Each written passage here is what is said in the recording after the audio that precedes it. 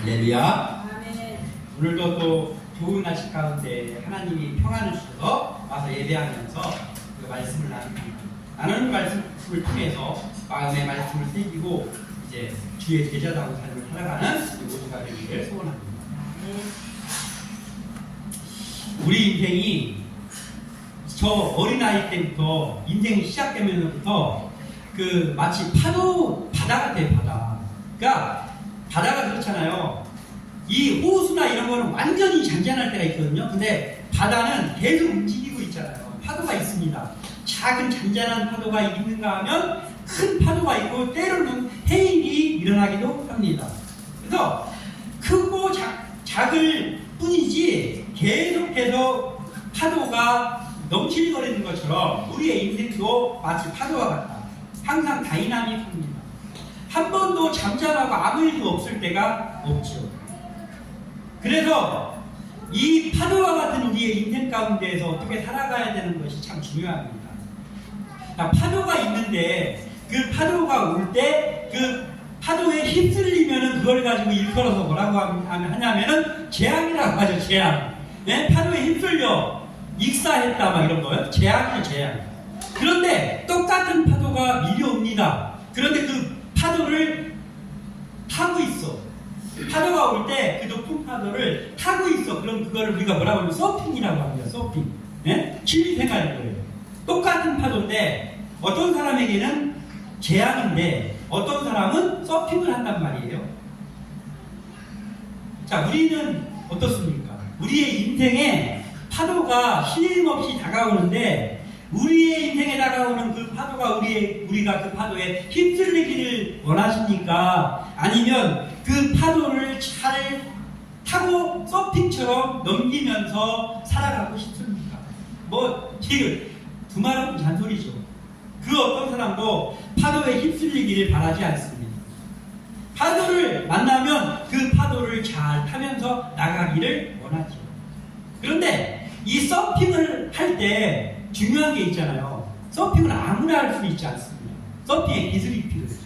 서핑을 할 수 있는 사람이어야 돼요. 서핑을 못하는 사람이 파도가 치는데 파도에 들어가면 파도에 휩쓸리는 거죠.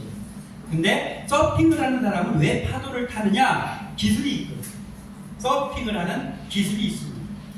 인생도 마찬가지예요. 인생에 많은 파도들이 넘실넘실 밀려오고 힘든 일이 닥치고 이렇게 될 때 그때 인생의 파도를 잘 타고 싶은데 그 마음은 굴뚝 같은데 기술이 필요하다니까요. 인생에도 그 파도를 타는 기술은 반드시 필요합니다.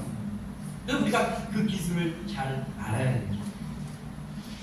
오늘 본문 사사기에 나오는 이 내용은 사사기 첫 부분입니다. 첫 부분.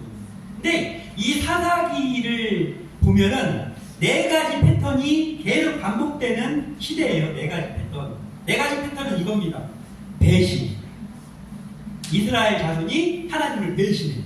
그래가지고 막 우상 섬기고 막 죄짓고 배신합니다. 한참 배신을 하면 하나님이 잘 보셨다가 이제 도저히 안 되겠구나 하고 징계를 해. 징계. 그러면은 막 두드러 맞아. 이스라엘 백성들이요. 한참 두드러 맞다가 우리가 하나님 앞에 가지 않아서 두드러 맞았구나. 하나님 잘못했습니다. 용서하여 주시옵소서. 회개를 해요. 회개. 그러면 하나님이 그래 너 이제 깨달았구나. 알았어 하면서 구해주셔요. 하나님이. 그러면 회복이 됩니다. 그러면 조금 있으면 이제 편안하니까 다시 배신. 그리고 또 두드러 맞아. 징계. 그리고 회개하고 그 다음에 회복되고 이게 계속 반복이 됩니다. 이 사사기는 그 네 가지의 패턴이라고 보면 돼요. 계속해서 배신하고 징계당하고 회개하고 회복되고 이게 계속되는 거예요. 그런데 오늘 등장하는 이 본문은 그 패턴의 첫 번째 패턴입니다. 첫 번째가 사사 온니엘이라는 사람이 나옵니다. 온니엘. 근데 이 온니엘이라는 사람이 이스라엘 사사기 시대의 첫 번째 사사예요. 첫 번째 사사로, 그러니까 여호수아가 죽은 후에 첫 번째로 이스라엘을 구원한 사람이 이 온니엘입니다. 첫 부분이죠. 근데 그 시대가 왕이 없는 시대라고 해서 왕이 없는 시대. 또 이 왕이 없는 시대에 이스라엘 사람들이 이 패턴으로 계속 움직이면서 살았는데, 근데 실패한 시대죠, 사사기가 사실은. 계속해서 개가 토한 거 다시 먹는 식으로 그렇게 하니까 실패하는 거죠. 근데 왜 실패했느냐? 사사기 21장 25절에 이렇게 기록하고 있어요. 그 시대를. 그때에 이스라엘이 왕이 없으므로 사람이 각기 자기의 소견에 옳은 대로 행하였더라. 아멘. 이렇게 기록하고 있어요. 아, 이래서 그런구나 라는 거예요. 뭐냐면 이스라엘에 왕이 없으므로 그랬습니다. 그런데 사실요, 사사기 시대에 왕이 없었나요? 다른 나라에는 다 왕이 있었어요. 뭐 가나 왕, 무슨 왕, 뭐 살렘 무슨 왕 해가지고 다 왕이 있었습니다. 그런데 이스라엘에는 그런 왕이 없었어요. 근데 실질적으로 우리가 성경을 통해서 볼 때 이스라엘의 왕이 진짜 없었어요. 세상의 왕하고는 비교할 수 없는 왕이 그때도 있었어요. 우리 하나님, 나의 왕 하나님이 그때도 계셨다고. 사람이 세운 왕하고 비교할 수 없는 왕이 있었음에도 불구하고 그들은 그때 왕이 없었기 때문에 하나님이 눈을 시퍼렇게 뜨고 살아계시는데 왕이 없었기 때문에 자기들을 다스릴 사람이 없었기 때문에 어떻게 살았다고 했냐면 자기 소견에 옳은 대로. 그러니까 내 생각에 옳은 대로, 내가 옳다고 생각하는 대로 살았어요. 자기 생각대로 사는 거예요. 근데 사실 이 말씀을 준비하면서 제가 생각을 해볼 때 이런 거예요. 과연 사사기 시대에만 이렇게 살았을까? 지금은 어떨까? 지금도 크게 볼 것도 없고 교회들만 살펴보면 그렇습니다. 교회에서 어떠한 새로운 일을, 하나님의 영광을 새로운 일을 계획하는데 한 4, 50년씩 교회 다녔던 사람들이 우리 교회에서는 그렇게 하는 법이 없습니다. 목에다 힘주면서 우리 교회에서는 한 번도 그렇게 한 적이 없어요. 내가 50년 동안 교회를 다녔는데 그래서 우리 교회에서는 그게 없었기 때문에 그거 하면 안 됩니다. 이게 내 소견대로 아닙니까? 내 소견대로예요. 이게 내 소견대로 하는 거예요. 왜냐하면 교회는 뭐대로 해야 돼요? 왕이 있어요. 교회의 왕이 하나님이시잖아요. 하나님의 말씀대로 해야 되는데 내 소견대로 지금도 한다고. 사사기뿐만 아니라 우리의 정신을 차려야 돼요. 그래서 그렇게 하다가 이스라엘 백성들이 가나안 땅에 가서 잘 살기만 하면 되는데 계속 실패를 거듭거듭 했다고. 그러면 어떻게 우리가 살아야 되느냐? 일단은 어떻게 해야 돼요? 내 소견대로를 버려야 되겠죠. 내 소견대로 하면 안 됩니다. 내 생각에 이게 옳은 것 같으면 그걸로 하면 안 됩니다. 그럼 어떻게 해야 돼요? 하나님의 뜻대로. 왜냐하면 하나님은 우리의 왕이시고 하나님의 뜻대로 해야 되는 거예요. 내 소견대로가 아니고. 옛날에 제가 중학교 때 그 과학 선생님이 하나 있었어요. 굉장히 무서운 선생님이었어요. 과학 선생님. 근데 그 과학 선생님이 잘 하는 말이 있었는데 뭐냐면 옛날에 우리는 막 채널이 있었을 시대예요. 그래서 몽둥이를 아예 선생님들이 들고 다녔어요. 그래서 몽둥이 정신봉 이렇게 써가지고 몽둥이 들고 와가지고 그분이 이렇게 떠들면서 하는 말. 터진 뒤에 후회 말고 미리미리 조심하자. 껐다가만 해요. 야, 터진 뒤에 후회 말고 미리미리 조심하자. 방학 숙제 안 나온 애들 저 터져. 그래서 그때 자 따라해봐. 터진 뒤에 후회 말고 미리미리 조심하자. 숙제 안 해온 애들 나가가지고 막 여기 손등 막 대나무 같은 걸로 맞고 몽둥이로 엉덩이 같은 데 맞으면서 그런 다음에 걔네들한테 그 선생님께 따라해. 터진 뒤에 후회 말고 미리미리 조심하자. 이게 생각이 납니다. 사사기 시대는 바로 이런 것 같아요. 터진 뒤에 후회하는 시대였어요. 터진 뒤에 후회하는. 근데 우리는 안 그럴 자신이 있습니까? 우리도 하나님의 뜻대로가 아니고 내 소견대로 하면 이렇게 된다. 사사기처럼. 그래서 우리는 이 방법을 잘 알아야 돼요. 서핑을 하는 기술이 있는 것처럼 우리의 인생을 잘 타고 넘을 수 있는 방법이 필요한데 그 방법은 뭐냐면 부르짖는 타이밍을 잘 알아야 된다. 부르짖는 타이밍. 부르짖는 건 기도죠. 우리가 하나님 앞에 가까이 나아가야 될 그 타이밍을 놓치면 안 된다고. 사사기는 항상 그 타이밍을 놓쳤습니다. 그래서 오늘 우리가 부르짖는 타이밍을 잘 알고, 그게 우리가 살 방법이거든요.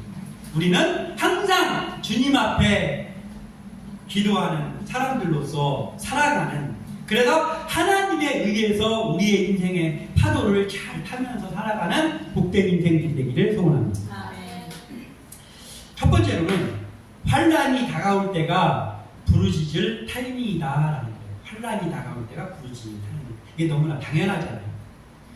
우리 믿는 자에게도 환난들은 있습니다. 생각지도 않았던 일이 벌어집니다. 우리 김인찬 우리 권찰님이 지난 수요일 날 왔는데 다리를 이렇게 쩔뚝쩔뚝 하는 거예요. 그럼 왜 그런가 봤더니 나중에 알고 보니까 이도를 안고 오다가 뜻하지 않게 넘어질 생각은 없어요. 넘어질 생각은 없었을 거 아니에요. 그런데 넘어지니까 아기를 구워야 되니까 아기를 안 다치게 하면서 넘어지다가 무릎이 퉁퉁 부었어요. 그래가지고 이 생각지도 않은 일이 다가오는 거예요. 이렇게. 그 일이 다가올지를 알았겠어요. 그런 일들이, 그 일은 그냥 단편적인 일이고 그보다 훨씬 더 무서운 일들이 우리에게 다가올 때가 얼마나 많아요. 생각지도 않은 강적이 나타나서 나를 괴롭히고 환난이 다가옵니다. 그때 우리의 살 길은 하나님 앞에 부르짖는 길밖에 없어요. 그게 환난이 다가올 때가 부르짖을 타이밍입니다. 근데 너무 당연하잖아요. 그런데 문제는 뭐예요? 환난이 다가올 때도 부르짖지 않아서 문제지. 환난이 다가왔는데도 부르짖지 않잖아요. 그럼 우리를 괴롭히는 그 강적보다 더 강적이야 내가. 환난이 다가왔는데 간이 배 밖으로 나온 거나 마찬가지지. 그때도 기도하지 않는다고 합니다. 근데 실제로 그렇기도 하다니까. 그런데 이거예요. 환난이 다가왔어요. 어려운 일이 생겼어. 그랬더니 내가 기도의 자리로 가네? 내가 하나님 앞에 기도하고 있네? 그러면 뭐예요? 희망이 있는 거예요. 왜냐하면 나에게 신랑 같은 믿음이 있는 거거든요. 신랑 같은 믿음이 없으면 기도하지 않습니다. 환난이 다가오면 이걸 어떻게 타파해야 되는지를 방법을 찾지 기도는 안 한단 말이에요. 그런데 환난이 다가올 때 부르짖을 타이밍이구나 하면서 기도하고 있다면 나는 희망이 있어요. 왜냐하면 나에게 믿음이 있다는 증거입니다. 믿는 자에게 부르짖을 마음이 생긴다는 것은 어떠한 천군 만마를 얻는 것보다 좋은 일이에요. 나에게 믿음이 있구나. 하나님 저에게 믿음을, 이 신랑 같은 믿음을 주심을 감사합니다. 내 이 환난에서 건져주시옵소서 하면서 기도하는 거예요. 그럼 희망이 있는 거예요. 지금 이 오늘 본문의 시대는 뭐냐면 그 가나안 땅으로 이스라엘을 인도해가지고 땅까지 다 배분한 여호수아, 굉장히 훌륭한 지도자가 있었는데 그 여호수아가 얼마 전에 죽었습니다. 죽었어요. 그랬더니 여호수아가 죽었더니 이스라엘 백성들이 어떻게 됐느냐? 기도 안 해. 기도 안 하고, 원래부터 기도 안 하고 있었어. 여호수아가 있을 때에도 어느 순간부터 이스라엘의 사람들은 기도하지 않습니다. 그냥 여호수아 덕분에 사는 거야. 그러다가 여호수아가 죽었어요. 그랬더니 바로 이 사람들이 어떻게 하냐면은 우상을 섬기는 거예요. 야, 가나안에 왔으면 가나안 법대로 따라야지. 노마에 가면 노마의 법대로 하는 것처럼. 그래서 이 사람들이 적당히 맞춰주고 이 사람들이 사는 풍습도 좀 받아들이고 이렇게 살아야지 하면서 받아들였다는 게, 겨우 받아들인 게 바알, 아스다로 이런 그 나라의 신들을 받아들여가지고 그들을 다 섬기는 거예요. 그리고 가나안에 동화돼가지고 적당히 죄를 지면서 살아가는 거예요. 그랬더니 이 뭐예요? 아까 패턴 1번이잖아요. 배신했어요. 그랬더니 하나님이 두고 보시다가 이제 2번 징계가 나오는 거예요. 그래가지고 이 징계가 그때 메소포타미아의 왕인 구산 이스라엘이라는 마음을 움직여가지고, 하나님이 마음을 움직여가지고 이스라엘 쳐들어가요. 그래서 이스라엘을 괴롭힙니다. 8년 동안 그들에게 괴롭힘을 당했습니다. 징계를 받습니다. 우리가 8절을 다시 한번 읽어보겠습니다. 8절 시작. 여호와께서 이스라엘에게 진노하사 그들을 메소포타미아 왕 구산 이사라임의 손에 파셨으므로 이스라엘 자손이 구산 이사라임을 8년 동안 섬겼더니, 이게 뭐라고 했어요? 파셨더니라고요. 여호와 하나님이 그 이방 나라에다 파셨다 그랬어요. 그건 뭐예요? 이게 그냥 일어난 일이 아니고 하나님에 의해서 일어난 일입니다. 징계예요. 하나님의 징계. 하나님의 징계. 자, 우리에게 이런 게 있잖아요. 연단이라는 게 있죠. 연단이라는 건 뭐냐면요. 하나님이 나를 더 좋게 사용을 하시기 위해서 나를 좀 중요한 일에 하나님의 일에 쓰시기 위해서 훈련시키는 게 연단이에요. 그래서 연단이 다가올 때는 무슨 일이 생기냐면 갑자기 나를 괴롭히는 사람이 막 생겨. 그리고 내가 막 일자리에서 잘리기도 해요. 내가 물질적으로 타격을 입기도 해요. 그런데 내가 잘못하지 않았는데도 그런 일이 올 때도 있어요. 그걸 연단이라고 합니다. 연단. 그런데 또 하나가 있어요. 비슷한데 전혀 다른 게 하나 어떻게 보자면은 오늘 이스라엘 백성들에게 보는 징계. 내가 하나님의 뜻대로 살지 않아 믿는 자라고 하면서 하나님의 뜻대로 살지 않고 세상하고 적당히 타협하고 죄지면서 살아요. 어느 정도를 괜찮은 것 같아. 근데 살다 보니까 하나님이 얘를 나에게 돌아오게 해야 되겠다 해가지고 벌을 주는 거예요. 벌, 징계. 그래서 괴롭힘도 당하고 물질적인 손해도 있고 그리고 하던 일에서 쫓겨나기도 하고 여러 가지 일들이 생깁니다. 질병을 얻기도 하고 연단이나 그 징계나 비슷해요. 오는 증상은. 그런데 재밌는 건 뭐냐면요. 그것을 해결책도 똑같아. 전혀 다른 건데 해결책이 똑같아. 그 해결책이 뭐예요? 부르짖는 거예요. 네? 그러니까 내가 연단을 하기 위해서 하나님께서 나에게 그 어려움 줬을 때 나는 어떻게 해야 되냐? 부르짖을 타이밍이에요. 그때가. 그래서 하나님 앞에 기도해야 돼요. 그래야 내가 훈련이 되고 그리고 내가 하나님께 쓰임받을 수 있어요. 그런데 내가 하나님 앞에 살지 못해서 징계로 그 일이 와도 똑같아. 부르짖어요. 회개하는 거죠. 회개. 기도의 그 패턴만 좀 달라. 하나님께 도움을 청하는 기도를 하느냐 아니면 회개를 하느냐. 회개, 기도, 부르짖어야 돼요. 그래야 해결책이 나와. 여기 사사기 그랬잖아요. 하나님께 부르짖으면 하나님께서 또 구해 주십니다. 그러나 우리가 중요한 건 뭐냐면 내가 하나님께서 나에게 주시는 이게 지금 이 상황이 연단인 건지 아니면은 내가 하나님 앞에 어느덧 하나님을 조금 배신하고 내가 믿음 앞에 서지 못해가지고 하나님이 징계를 주시는 거지 그거를 내가 분간을 해야 돼. 그걸 분간을 못해가지고 지금 징계받고 있는 주제에 연단인들과 근조하고 있으면 안 되고 연단인데 그걸 징계로 생각해서도 안 된단 말이에요. 그런데 그것도 마찬가지예요.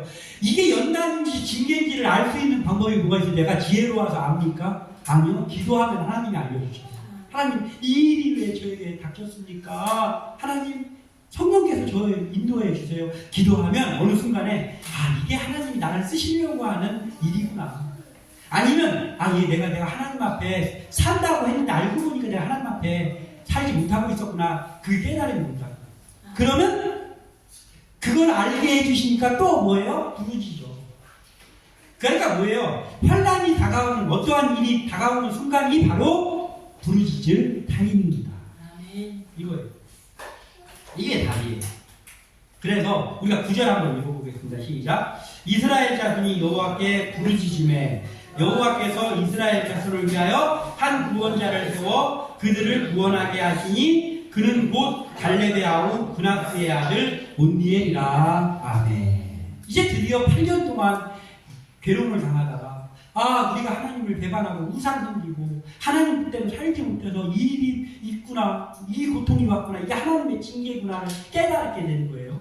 그랬더니 이들이 부르짖었어요. 이제 부르짖을 타이밍을 놓치고 있다가 부르짖었어요. 부르짖으니까 어떻게 했어요? 필요 없어. 이것들이 말해요. 진작에 와서 해야지. 이제 늦었어. 이미 늦었어. 하나님은 그렇게 하시지 않아요. 부르짖으면 어떻게 하신다고 그랬죠? 하나님이 이스라엘 자손을 위하여. 응? 사람하고 달라요. 하나님. 사람은 얄짤없고 나는 한번 끄시면 끝이야. 나는 아주 성격이 그래요. 원래 이런 거 많이 하잖아요. 근데 하나님이 달라요. 계속 마음 아파서 기다리시다가 하나님 잘못했습니다 하면서 회개를 하잖아요. 진짜로 부르짖어서 회개하잖아요. 그러면 이제 알았냐? 그래 내가 구해줄게 하시는 게 하나님이에요. 그러니까 어떻게 해야 돼요? 짝 빨리 부르짖을 타이밍 잡아가지고 하나님 앞에 빨리 돌아와야 돼. 왜 8년 있다가 돌아와? 사사기에 보면 어쩔 때는요 한 40년 있다가 할 때도 있어. 그러니까 어떻게 해야 돼요? 미리미리 터진 뒤에 후회하면 미리미리 돌아와야 돼요. 이스라엘 백성이 돌아왔습니다. 돌아와서 부르짖었더니 하나님께서 어떻게 하셨다고요? 이스라엘 자손이 여호와께 부르짖으며, 즉 회개하고 기도했더니, 그랬더니 어떻게 했어요? 이스라엘 자손을 위하여 한 구원자를 세워. 그게 첫 번째 사사 온니엘이다. 온니엘을 세워주셔가지고 그를 통해서 하나님께서 이스라엘 백성을 구원해 주셨습니다. 이러니 우리가 환난 가운데 있을 때 빨리 부르짖는 것이 살 길이요 서핑의 방법이다 이거예요. 삶의 서핑의 방법. 환난이 다가올 때요 가장 먼저 우리가 취해야 될 자세는 뭐냐면 그 환난을 타파할 방법을 찾는 게 아니에요. 그 방법을 찾으면 벌써 시간이 흘러가고 있어요. 아마 이스라엘 백성들은 8년 동안 그 방법을 찾은 것 같아요. 자기들 나름대로 속였대요. 근데 해결되지 않습니다. 그건 뭐예요? 환난이 다가올 때 방법은 딱 이거예요. 부르짖는 거예요. 하나님 앞에 돌아가는 길.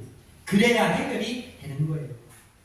그래서 우리는 어떤 환난이 연단 때문에 오는 환난이건 징계로 오는 환난이든 환난이 다가오고 나에게 힘든 일, 생각지도 않았던 어려움이 다가오면요 어떻게 하지? 누구를 만나서 어떻게 하고 그거 하기 전에 빨리 기도의 자리에 돌아와. 그래야 해결됩니다. 이게 해결책입니다.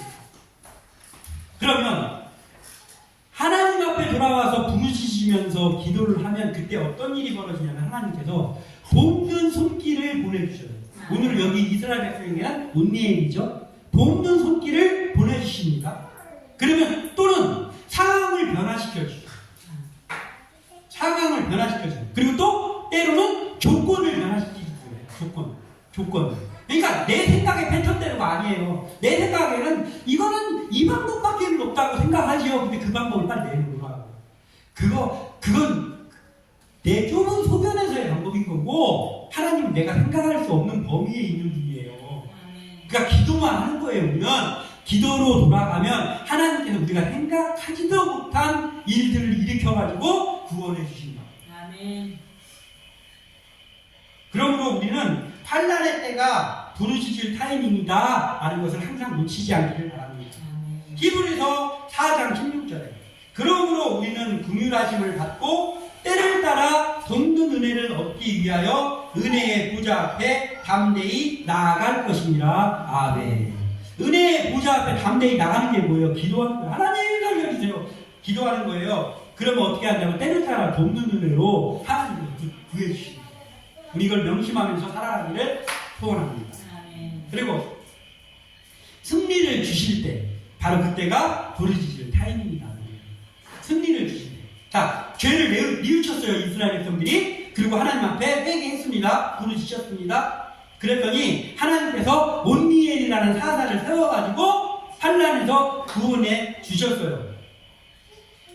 자, 하나님 앞에 바로 서지 못할 때, 하나님 앞에 바로 서지 못해서 하나님이 징계가 임할 때는요, 하나님이 구해주실 때하고 좀 비슷해. 왜냐면은 어떤 사람을 세워가지고 그 사람이 나를 괴롭히게 해. 어떤 사람을 세워가지고 그 사람이 나를 괴롭혀. 생각지도 않은 사람이 툭 튀어나와가지고 나를 막 괴롭혀. 그리고 어떠한 상황을 변화시켜가지고 나를 괴롭혀. 상황을 변화시켜서. 어떠한 조건을 바꿔가지고 나를 괴롭혀. 구해주실 때하고 똑같아. 방법만 다르지. 내가 하나님 앞에 바로 서지 못할 때나 또는 하나님이 연단을 시킵니다.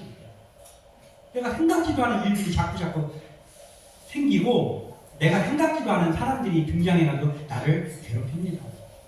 그렇지만은 그것이 연단일 때는 내가 하나님 앞에 무릎 꿇으면 하나님께서 나를 훈련시켜요. 강하게 만들어주시는 거고, 그리고 그것이 내가 하나님 앞에 서지 못해서 오는 징계일 경우에는 그때도 하나님 앞에 부르짖으면 어떻게 되냐면 하나님 구해주시는데 그 일들이 왜 오냐면요, 내가 골탕 좀 먹어봐라 하고 하나님이 그 일을 주시는 게 아니고 하나님의 사랑하시기 때문에 오는 거예요. 그것도 하나님이 나를 사랑하시지 않잖아요? 그럼 그런 일도 안 생겨요. 그냥 무사하게 살아가게 돼요. 나중에 죽었다가 일어나 보면 물론 뭐 뜨거운 곳에 있겠지만, 그런데 내가 하나님 앞에 바로 서지 못하면 하나님이 징계를 주신다는 건 뭐냐면 하나님이 나를 사랑하신다는 증거예요. 그러니까 기뻐해야 돼. 그리고 기도의 자리로 오면 되는 거예요. 자, 근데 이 부르짖어가지고 회개하고 주님 앞으로 다가오면은 이 환난 가운데서 하나님 구해주셔요. 이스라엘 백성도 지금 그렇게 됐습니다. 구해주시고 나면 승리하게 되고 회복됩니다. 회복. 하나님 그렇게 해주셔요. 그래서 시편 50편 15절에 환난 날에 나를 부르라. 여기 나와 있네. 환난 날에 나를 부르라. 내가 너를 건지리니 네가 나를 영화롭게 하리로다. 답이 해답이 나와 있어요. 환난이 왔느냐? 그럼 나한테 부르짖어. 그럼 내가 너 건져준다니까. 그럼 네가 나를 건짐받고 영화롭게 하면 돼요. 이거예요. 이스라엘 자손이 부르짖어서 회개할 때 온니엘을 세워가지고 승리하게 해주셨어요. 근데 문제는 뭐예요? 자, 그러면 승리를 했잖아요. 그때가 중요해요. 그때가 승리를 했습니다. 승리를 하면 그때 그날 하나님이 승리해 주신 것에 너무 기뻐서 잔치를 벌리다가 이게 답입니까? 이게 아니에요. 이때부터는 다시 그 이스라엘처럼 쳇바퀴 다시 도는 거야. 쳇바퀴 돌기 시작하는 거예요. 승리를 주셨어요. 하나님 감사합니다 하고 그때부터 다시 시작돼야 되는 게 뭐예요?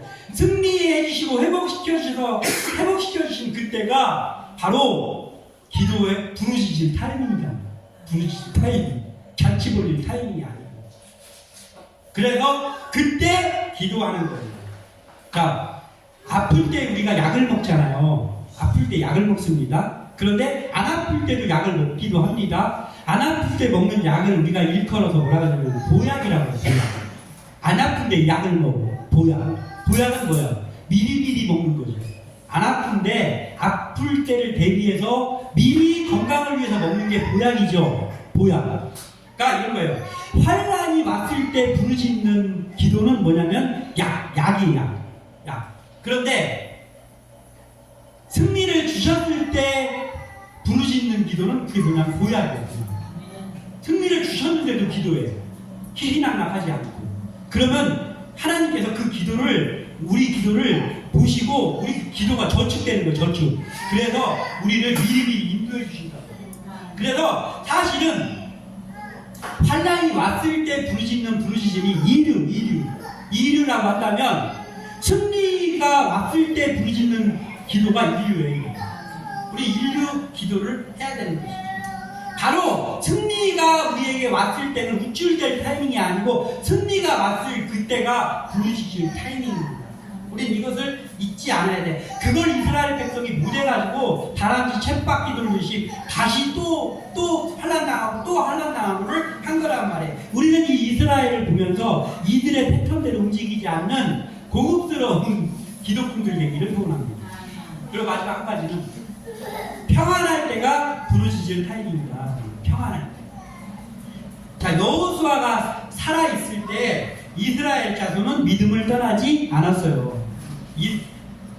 여호수아가 이렇게 했잖아요. 죽기 얼마 전에 나와 내 집은 여호와만 섬기겠노라. 너희들도 택해라. 어떡할 거야? 그랬더니 이스라엘 백성들이 우리도 여호와만 섬기겠노라 했잖아요. 그래가지고 여호수아가 살아있을 동안에는 여호수아와 그 백성들이 하나님만 섬겼어요. 그래서 하나님이 평안하게 역사해 주셨어요. 그런데 여호수아 24장 31절에 이스라엘이 여호수아가 산 날 동안과 여호수아 뒤에 생존한 장로들 곧 여호와께서 이스라엘을 위하여 행하신 모든 일을 아는 자들이 사는 날 동안 여호와를 섬겼더라. 근데 이 말에 뉘앙스가 이런 게 있어요. 그들이 사는 날 동안 여호와를 섬겼더라. 그 뒤에 뭐가 왔을까? 그 뒤에 그리고 그들이 죽자 바로 하나님을 배신했더라. 이 말이 오는 거예요. 이게 지금 이 온니엘의 때 여호수아가 죽고 나서 그들이 계속해서 부르짖고 기도한 게 아니고 기도도 안 해. 그리고 평안한 걸 즐겨. 그러면서 다시 또 죄를 살금살금 지어요. 유상 섬기고. 그랬더니 어떻게 됐어요? 다시 배신해. 하나님을 배신했어. 그래서 이 온니엘 때에 이 메소포타미아가 쳐들어오는 일이 생긴 거예요. 자, 11절 우리가 오늘 본문 11절도 한번 읽어볼게요. 11절 시작. 그 땅이 평온한 지 40년에 그나스의 아들 온니엘이 죽었더라. 아멘. 그나스의 아들 온니엘이 잘 다스렸어요. 그리고 평화가 찾아왔었잖아요. 이것도 마찬가지죠. 12절 딱 1절에 온니엘이 죽었다 하고 12절에 바로 어떻게 나오냐. 이스라엘 자손이 또 여호와의 목전에 악을 행하니라. 이 정신을 이렇게 못 찾아도 되는 거예요. 그러니까 이런 거예요. 여호수아가 살아있고 믿음의 사람 여호수아가 살아있고 또 온니엘이 살아있을 때는 자기들이 믿음이 좋아서가 아니고 기도 안 하고 있고 그들의 기도 덕분에 하나님이 그들을 봐서 그들의 얼굴을 봐서 구해주는 거예요. 구해준 거예요. 근데 착각하고 있어. 내가 누구 기도 덕분에 지금 살고 있는데 자기가 잘해서 사는 걸로 착각해요. 그런데 그들이 죽었더니 어떻게 된다고요? 말하자면 이런 거예요. 여호수아가 살아있을 때, 온니엘이 살아있을 때 이런 거예요. 나 오늘 예배 빠지면은 여호수아 지도자님 나 불려갈 텐데. 그러니까 예배는 가야지. 귀찮아 죽겠네. 낚시 가야 되는데 하면서 예배 다니는 거예요. 그러니까 믿음 생활은 근근히 이어가는 거예요. 기도는 이미 멈췄고. 그런데 그 눈치 봐야 될 때 하나님이어야 되는데 하나님 눈치를 안 보고 사람 눈치 보면서 그렇게 하는 거야. 우리 담임 목사님 나오고 우리 예배 안 나오고 또 전화할 텐데. 이렇게 하면서 신앙생활 한단 말이에요. 그런데 그렇게라도 하나님 앞에 서 있는 사람들이 죽었더니 없어졌더니 그때 어떻게 개판이 되는 거예요. 개판. 그때부터는 기도는 이미 사라진 지 오래고 그리고 믿음 생활 안 해요. 나 눈치 볼 사람 없어졌으니까 나 이제 예배 빠져야지. 그래서 예배 빠지네.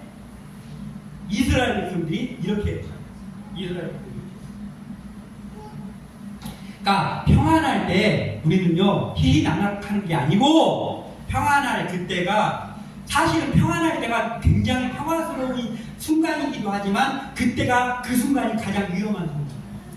왜 우리도 이럴 때 있잖아요. 별로 어려운 일도 좀 사라지고 없고 한동안 마음도 평안하고 몸도 평안하고 그럴 때가 있어요. 계속 괴로울 때만 있는 건 아니잖아요. 마음도 평안하고 몸도 평안할 때도 있습니다. 살다 보면 뭐가 좀 일이 잘 풀리고 물질적으로도 어렵지도 않고 그리고 내 말하는 우리 충청도 말은 신간이 편해. 마음도 편안해.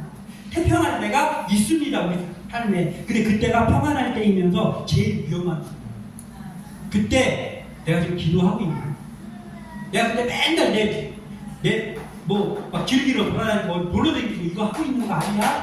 이걸 그때가 살펴봐야 될 때란 말이에요. 하나님은 인내하시지만 계속 인내만 하시지는 않는다고. 회초리를 드는 순간이 있다는 거예요. 그러면 그때 두드러 맞고 터진 뒤에 후회 말고 미리미리 잘하자고.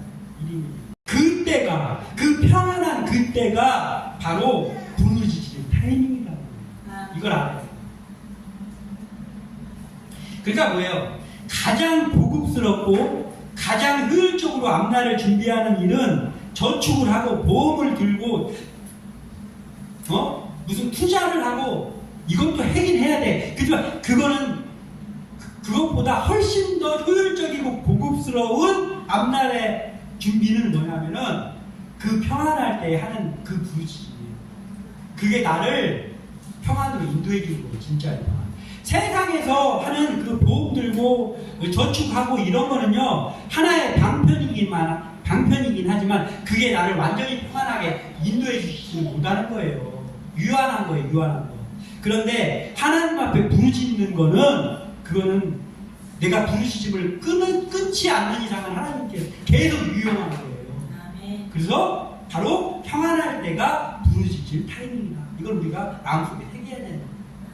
창세기 19장 29절 하반절에 하나님이 아브라함을 생각하사 롯을 그 엎으시는 중에서 내보내셨다. 그러니까 롯이 소돔과 고모라에서 살고 있었는데 뭐라고요? 아브라함을 생각하사 롯을 구해줬다는 거예요. 롯이 예수 안 믿는 사람이었습니까? 하나님 안 믿는 사람이었습니까? 롯도 하나님 믿었어요. 그러니까 믿었다고. 그런데 롯의 믿음 때문에 구해준 게 아니고 아브라함을 생각하사 롯을 구해줬다고. 그러니까 뭐예요? 예배드리고 믿음생활 한다는 사람이어도 내가 신앙생활 잘하고 있는 줄 아는데 내가 기도가 없는 사람도 있다고. 그게 무엇이에요? 그게. 그러면 아브라함의 그 은택으로 구원받는 존재가 되면 되겠습니까? 그렇게 되고 싶습니까? 우리는 아니잖아요. 저는 그렇습니다.